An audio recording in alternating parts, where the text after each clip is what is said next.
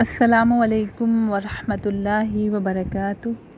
الحکمہ digital world میں آپ کا خیر مقدم ہے۔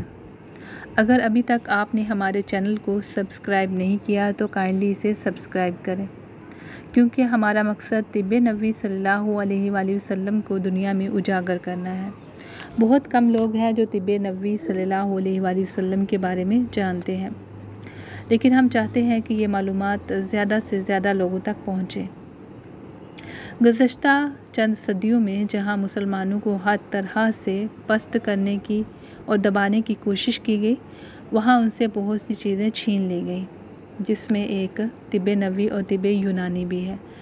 اس سے سرکاری سرپرستی اٹھا لی گئی اور اسے ختم کرنے کی ہر ممکن کوشش کی گئی، لیکن چونکہ طب نبوی اور طب یونانی کی جڑیں عوام میں اتنی مضبوط تھیں کہ وہ آج تک بھی زندہ ہے۔ پھر بھی جو ہے اس کے ساتھ پروپیگنڈا کیا گیا کہ ادویات صحت کے لیے نقصان دہ ہیں، گردے خراب کر دیتی ہیں، گردوں کے اندر پتھریاں پیدا کر دیتی ہیں وغیرہ وغیرہ، جو کہ غلط چیزیں ہیں۔ بہت سے ایسے پیشنٹ کا علاج ہم نے الحمدللہ اللہ تعالیٰ کی مدد سے کیا ہے، اور اللہ تعالیٰ نے ان کو شفا دی ہے، جو ڈاکٹروں کی فہرست میں پاگل یا لا علاج ہو چکے تھے، لیکن وہ آج بھی زندہ ہیں اور صحت یاب ہیں، جبکہ ڈاکٹروں کی ہسٹری میں وہ مر چکے ہیں۔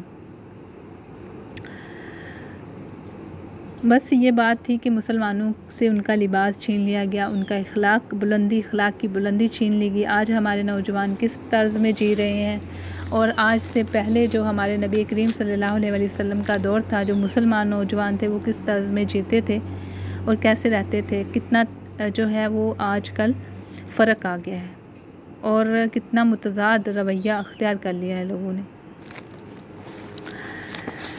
تو اسی وجہ سے جب کوئی قوم اپنے تہذیب کی، اپنے مذہب کی، اصلی روایات کی پاسداری نہیں کرتی تو اس سے وہ چیزیں چھین لی جاتی ہیں۔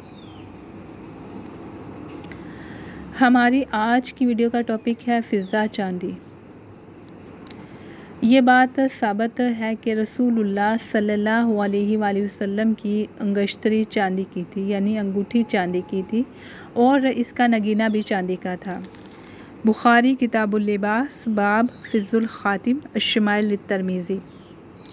اور آپ کی جو تلوار ہے اس کا قبضہ بھی چاندی کا تھا، للشمائل ترمذی۔ اور احادیث نبویہ صلی اللہ علیہ وآلہ وسلم میں چاندی کے زیور بنانے اور اس کو استعمال کرنے سے ممانعت صحیح طور پر منقول نہیں ہے۔ البتہ چاندی کے برتنوں میں پانی پینے سے منع کیا گیا ہے، اور برتنوں کا باب زیورات بنوانے سے زیادہ تنگ ہے، یعنی سختی ہے کہ برتنوں میں استعمال نہ کیا جائے۔ اس لیے عورتوں کو نقرئی یعنی چاندی کا لباس اور زیور پہننے کی اجازت دی گئی، اور نقرئی برتنوں کو حرام قرار دیا گیا۔ البتہ برتنوں کی حرمت کے لباس و زیور کی حرمت ثابت نہیں ہوتی۔ سنن میں مرفوعاً روایت ہے کہ رسول اللہ صلی اللہ علیہ وآلہ وسلم نے فرمایا کہ چاندی سے کھیل کود کرو۔ ابو داؤد کتاب الخاتم باب ما جاء فی الذھب للنساء۔ اس لیے اب اس کی تحریم کے لیے کھلی دلیل ضروری ہے، خواہ نص ہو یا اس پر اجماع ہو۔ اگر ان دونوں میں سے کوئی ایک بھی ثابت ہو تو حرمت کا ثبوت مل جائے گا، ورنہ مردوں پر اس کی تحریم والی بات پر دل مطمئن نہیں۔ حدیث میں مذکور ہے کہ نبی کریم صلی اللہ علیہ وآلہ وسلم نے اپنے ہاتھ میں سونا اور دوسرے ہاتھ میں ریشم لیا اور فرمایا یہ دونوں چیزیں میری امت کے لیے، مردوں کے لیے حرام ہیں اور عورتوں کے لیے حلال ہے۔ آج ہم کیا دیکھتے ہیں کہ ہمارے شادی بیاہ میں دلہا کو زیور پہنایا جاتا سونے کا، اور نہ صرف دلہا کو بلکہ دلہا کے بھائیوں کو اور ان کے باپ کو، سب کو۔ تو یہاں پہ مسلمانی کہاں جاتی ہے؟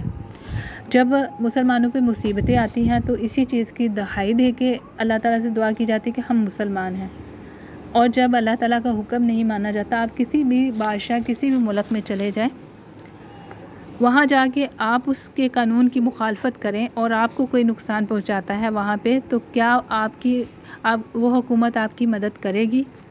یا اگر آپ اس کی سلطنت کو، اس کے اصولوں کو چیلنج کرتے ہیں اور وہ آپ کو قید میں، مصیبتوں میں نہ ڈالے، یہ ایسا ممکن ہے؟ تو پھر یہ مسلمان جو لوگ ہیں یہ کون سی دنیا میں رہتے ہیں، کس گمان میں ہے کہ سارے اعمال تو اللہ تعالیٰ کے خلاف کریں اور پھر اللہ تعالیٰ ان کی مدد بھی کرے؟ کیوں اللہ تعالیٰ نعوذ باللہ ان کے سامنے مجبور ہے، یا یہ اللہ تعالیٰ کو نعوذ باللہ مجبور کر دیں گے؟ یہ غلط خیال ہے۔ اللہ تعالیٰ جو کہ کائنات کا بادشاہ ہے، وہ تو ایک لمحے میں انسان کو تباہ و برباد کر سکتا ہے، بلکہ پوری دنیا کو، پورے جہان کو۔ تو اس لیے اس سے ڈرنا چاہیے اور اس کے قوانین جو ہے اس کے اوپر عمل کرنا چاہیے۔ اس روئے زمین پر چاندی کے راز اللہ تعالیٰ کے رازوں میں سے ایک راز ہے اور ضرورتوں کے لیے طلسم ہے، اور دنیا والوں کا باہم احسان بھی ہے کہ ایک دوسرے کو اچھی نظر سے دیکھا جاتا ہے۔ جو لوگ چاندی جن کے پاس زیادہ ہوتی ہے اس کی عظمت دل میں ہوتی ہے اور مجالس کا صدر نشین ہوتا ہے اور اس کو تقریر کرنے کی دعوت دی جاتی ہے، مطلب دولت کی وجہ سے ہی سب کچھ ہے۔ اگرچہ وہ بہت بوڑھا ہو اور اس کے سارے بال سفید ہو گئے ہوں، پھر بھی وہ لوگوں کو جوانوں سے زیادہ حسین و جمیل نظر آتا ہے چاندی کی وجہ سے۔ چاندی کا شمار فرحت بخش دواؤں میں ہوتا ہے، یہ ہمارا اصل مدعا ہے۔ یہ رنج و غم، حزن و ملال کو دور کرتی ہے، دل کی کمزوری اور خفقان کو ختم کرتی ہے۔ بڑے بوڑوں کے استعمال کیے جانے والے معجونوں میں اس کو ڈالتے ہیں۔ یہ اپنی قوت کے سبب دل کے اندر فاسد مادوں کو نکال دیتی ہے، دل کے اندر سے۔ بالخصوص زعفران اور شہد کی آمیزش کر کے استعمال کریں تو اکسیر بن جاتی ہے۔ اس کا مزاج سرد ہے، اس سے حرارت اور رطوبت کی ایک مقدار پیدا ہوتی ہے۔ وہ جنتیں جن کا وعدہ اللہ تعالیٰ نے اپنے دوستوں سے کیا ہے 4 ہیں، 2 سونے کی ہوں گی، 2 چاندی کی ہوں گی، اور ان کے برتن، زیور اور دوسری چیزیں سب اسی کی ہوں گی۔ سبحان اللہ، سبحان اللہ۔ اللہ تعالیٰ ہمیں بھی ایسے لوگوں میں شامل فرمائے۔ چنانچہ صحیح بخاری میں سلمہ کی حدیث مرفوعاً مروی ہے کہ نبی کریم صلی اللہ علیہ وسلم نے فرمایا، سونے اور چاندی کے برتنوں میں جو پانی پیتا ہے وہ اپنے شکم میں جہنم کی آگ ڈالتا ہے۔ بخاری کتاب الاشربہ، باب الشرب فی آئینات الذہب ہے۔ اب یہ ہے کہ چاندی کو ہم بطور دوا استعمال کرتے ہیں، الحمدللہ اس کا کشتہ بھی طب یونانی کے اندر بنایا جاتا ہے،